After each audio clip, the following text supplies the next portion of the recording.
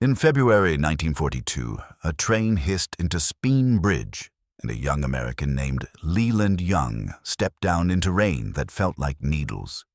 He hauled a 36-pound Bergen onto his back, worked around into his rifle, and set off at a run toward Achnacarry Castle. 7 miles in 60 minutes, or he was finished. No second chances. Bren guns cracked somewhere above the pines, the rounds snapping 6 inches over his head as if a ghost were practicing murder. That was the test. Arrive soaked, lungs on fire, nerves steady enough to ignore the deliberate hiss of bullets that were not quite killing you. Fail, and the order was simple. RTU, return to unit. Dream over. By the time the last class graduated in 1946, more than 25,000 men had taken that road. Not all of them finished it. On paper, none of this should have worked. Doctrine said elite troops required gleaming academies, measured ranges, immaculate barracks, instructors with clipboards and stopwatches. Germany did it that way. Purpose-built installations for Fallschirmjäger and SS, every variable controlled. Britain chose drafty Victorian shooting lodges, peat bogs, black water, and mountains that ate compasses. What looked like a liability became the point. The Highlands themselves would be the weapon. The problem began in 1940 with Churchill's order to set Europe ablaze. If Britain wanted sabotage, ambush, amphibious raids, and agents who could operate behind enemy lines, it needed a training system that vanished from aerial photographs and from common sense. Purpose-built schools would be obvious to Luftwaffe reconnaissance and easy for German espionage to triangulate. Instead, Special Operations Executive requisitioned Arisaig House and 9 neighboring lodges on the Morar Peninsula, an expanse of moor, crag, and sea loch roughly 2,000 square miles across. Achnacarry, home of the Camerons, became the Commando Basic Training Center under Lieutenant Cole Charles Vaughan. The map looked like madness, 10 sites in all, each lodged in the folds of a landscape that refused to be tidy. Security began with geography. To the east, the Caledonian Canal formed a 19th-century moat with a 20th-century purpose.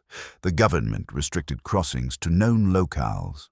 To the west lay a ragged Atlantic coast where a stranger on a pier would be noticed before his boots dried.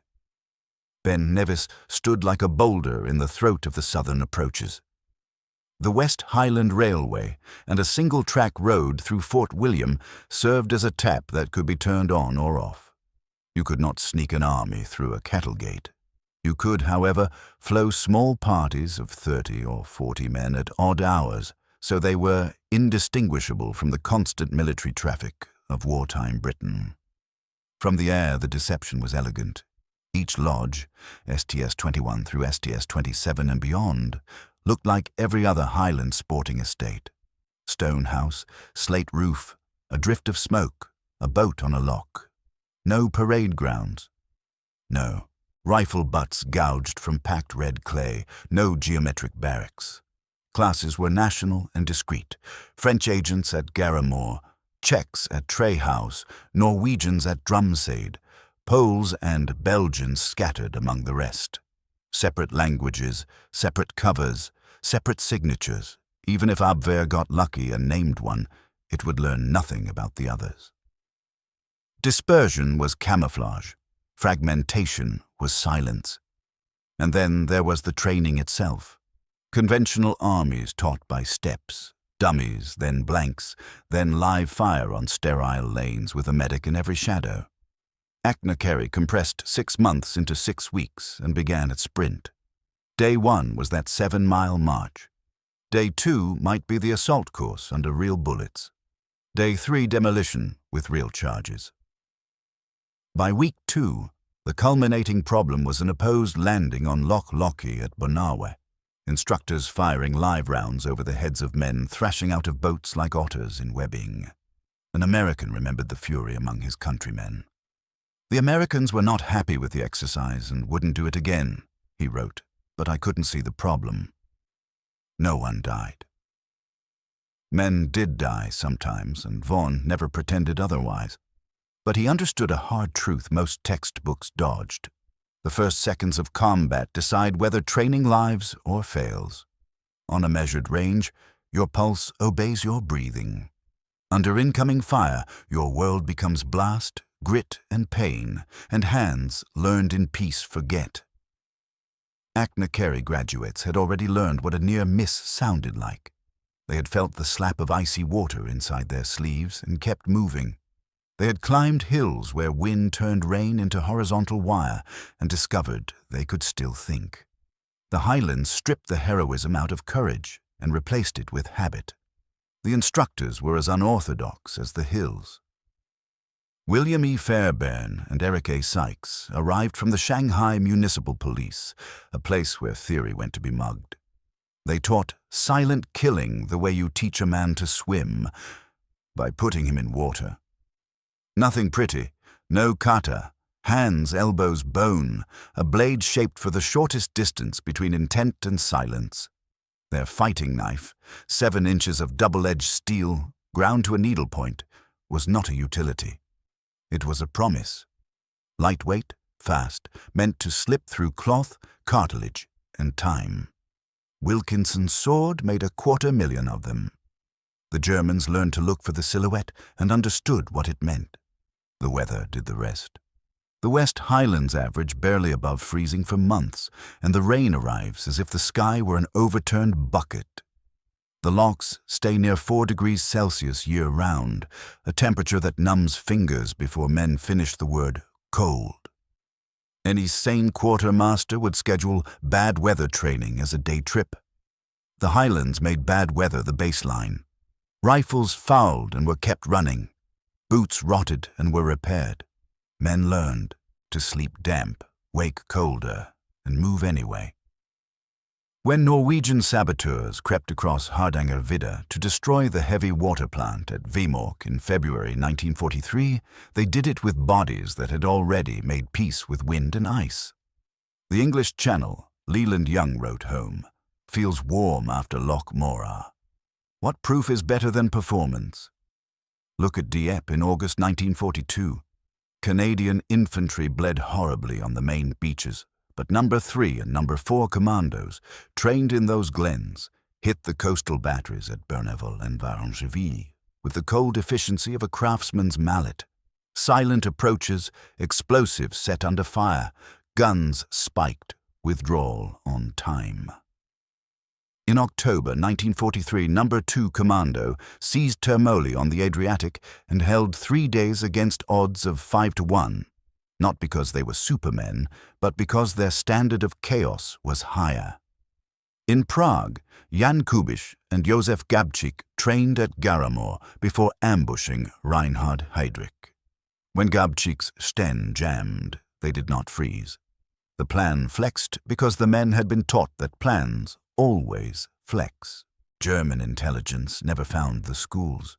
They knew Scotland, yes, that much prisoners and rumour supplied, but not the lodges themselves. The Abwehr looked for the signatures doctrine demanded. Troop columns, drill squares, new construction, barbed wire like writing on the ground. The Highlands refused to speak that language. 10 small fires in a storm do not look like a city from above. On reconnaissance photos, the Morar Peninsula remained what it had always been, empty beauty. What Britain built there was not a base, but negative space, a silence protected by distance and the fact that in fishing villages, strangers are noticed and questions are asked. Achnacarry's course produced a certain kind of man rather than a single set of skills. Amphibious landings were a means, not an identity. Mountain work, demolitions, fieldcraft, close quarters fighting, small boat handling. They were ingredients. The meal was composure. The instructors demanded it everywhere, on the Tarzan course that flung men over black water, on night navigation across bogs that swallowed ankles, on the death slide across the River Arkaig, where the mistake you make is the one you feel. You are never told you are brave. You are shown you are still alive. And because the schools were small, the standards stayed personal. A staff sergeant could know every man by the sound of his footfalls. A demolitions instructor could glance at a knot in fuse cord and know whether the student understood time. Fail a task and you were not yelled at. You were sent away. The ruthlessness was bureaucratic and therefore unarguable. The system ended as quietly as it had begun. In 1946, the Cameron family took Achnacarry back. The SOE lodges returned to private hands, some now renting themselves as holiday lets where guests sip evening whiskey on verandas once stacked with Bren magazines. In 1952, the Queen Mother unveiled the Commando Memorial at Speen Bridge, bronze figures looking out toward the training grounds and beyond them, the Ben. If you stand there in winter, you can feel what they felt. Wind combing the moor, rain angling in from Loch Lochy, a landscape large enough to swallow secrets whole.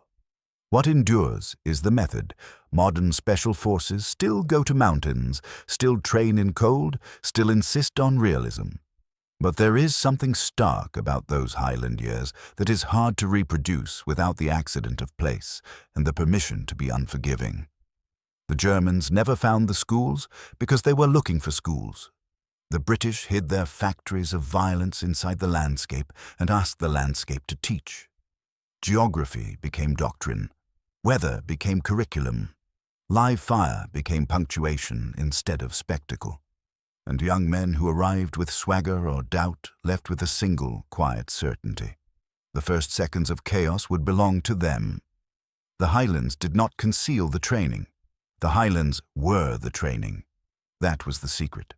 Obvious, too, anyone who has tried to run 7 wet miles with a pack while the air itself whispers past at supersonic speed, and you keep going because the bullet did not hit you and the clock is still running.